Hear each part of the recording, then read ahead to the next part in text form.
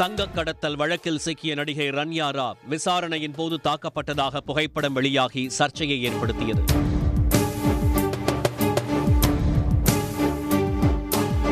தமிழ் மற்றும் கன்னட பட நடிகை ரன்யா ராவுக்கு சினிமா வாய்ப்புகள் குறைந்ததால் தங்க கடத்தலில் ஈடுபட்டு கடந்த 3ஆம் தேதி பெங்களூருவில் கைதானார்.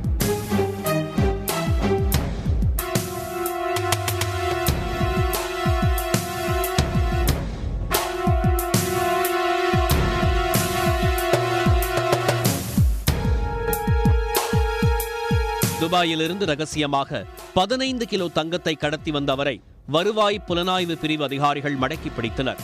கர்நாடக மாநில டிஜிபி ராமச்சந்திர ராவின் வளர்ப்பு மகளான அவர் தங்க கடத்தல் வழக்கில் சிக்கிய விவகாரம் சினிமா உலகில் பரபரப்பை ஏற்படுத்தியுள்ளது.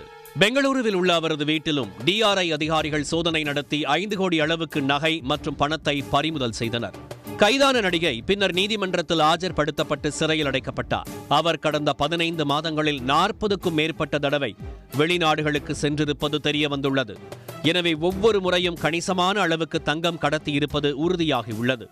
அதற்காக 1 கிலோவுக்கு 1 லட்சம் ரூபாய் வரை அவர் கமிஷனாகவும் பெற்றிருப்பதாக கூறப்படுகிறது.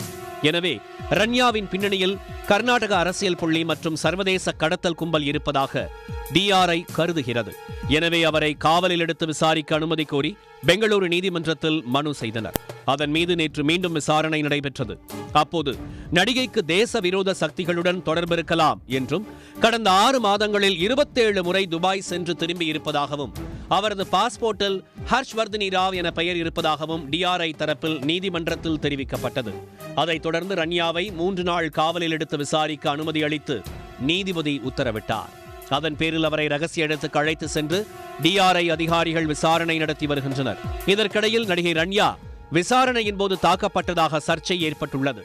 ரன்யா ராவின் கண்கள் வீங்கி முகத்தில் காயம் காணப்படுவது போன்ற புகைப்படம் சமூக ஊடகங்களில் வெளியாகி பரபரப்பை ஏற்படுத்தியது. இது கைது செய்யப்பட்ட பிறகு அவர் தாக்கப்பட்டிருக்கலாம் என்ற யூகத்திற்கு வழிவகுத்தது. இதுகுறித்து மகளிர் ஆணையம் விசாரிக்க வேண்டும் என்ற கோரிக்கை வலுத்துள்ளது. முறையான புகார் அளிக்கப்படாவிட்டால் இந்த விவகாரம் குறித்து விசாரணை நடத்த மகளிர் ஆணையத்திற்கு அதிகாரம் இல்லை என அதன் தலைவர் கூறியுள்ளார். ரன்யா ராவ் குறித்து யாராவது எங்களிடம் புகார் அளிக்க வேண்டும், நாங்களாகவே விசாரணை நடத்தும் அதிகாரம் இல்லை என்று கர்நாடக மாநில மகளிர் ஆணையத்தின் தலைவர் நாகலட்சுமி சௌத்ரி தெரிவித்திருக்கிறார். யாரும் சட்டத்தை தங்கள் கைகளில் எடுக்கக்கூடாது, விசாரணையை நாம் அனுமதிக்க வேண்டும், சட்டம் அதன் சொந்த பாதையில் செல்லும், யாரையும் தாக்க யாருக்கும் உரிமையில்லை, அது ஒரு பெண்ணாக இருந்தாலும் சரி வேறு யாராக இருந்தாலும் சரி, அதை நான் முற்றிலும் எதிர்க்கிறேன் என்றும் நாகலட்சுமி கூறியிருக்கிறார். ரன்யா புகார் அளித்தால் ஆணையம் அதற்கேற்ப செயல்படும் என்றும் அவர் மேலும் கூறினார்.